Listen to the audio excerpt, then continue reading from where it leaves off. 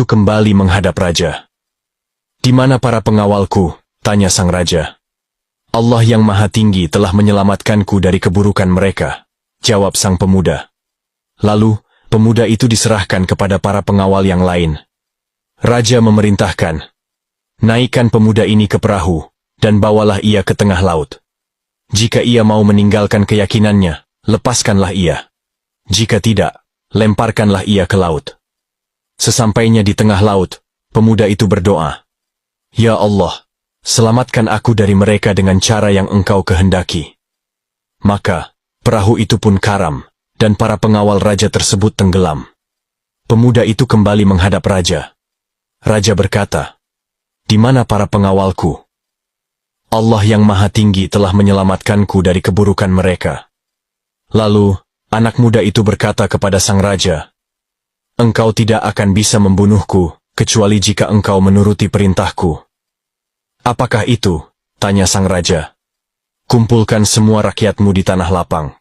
Kemudian, ikatlah aku pada sebuah pohon. Ambil satu anak panah dari kantong panahku, dan letakkan di busur. Bacalah, dengan menyebut nama Allah, Tuhan pemuda ini. Setelah itu, bidikkan anak panah ke arahku. Jika itu engkau lakukan, engkau akan dapat membunuhku." Saking inginnya membunuh si pemuda, raja menuruti perintah tersebut.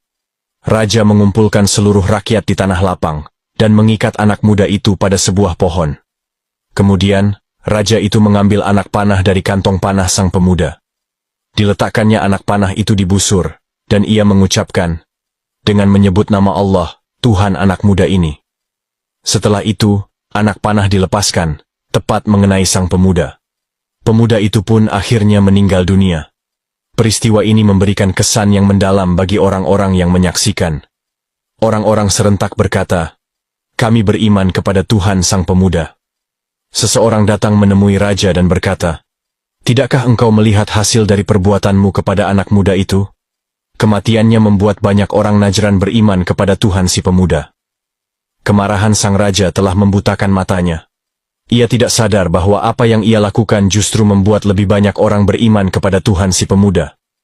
Raja Zunuwas, dengan kekejamannya, memerintahkan para pengawalnya untuk membuat parit api.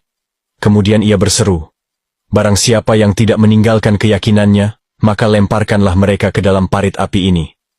Perintah itu pun dilaksanakan.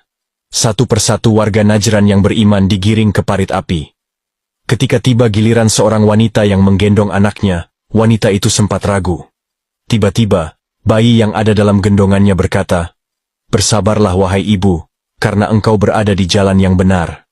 Semua orang dilemparkan ke dalam parit sampai tidak ada orang beriman yang tersisa. Inilah kisah yang begitu menggetarkan jiwa. Kisah orang-orang yang tetap teguh pada keyakinannya, meski harus meregang nyawa. Tak heran, kisah ini diabadikan Allah Subhanahu wa Ta'ala dalam Al-Quran, sebagai pengingat dan pelajaran bagi kita semua. Dukung channel ini dengan menekan tombol subscribe dan like. Sampai jumpa di kisah-kisah selanjutnya.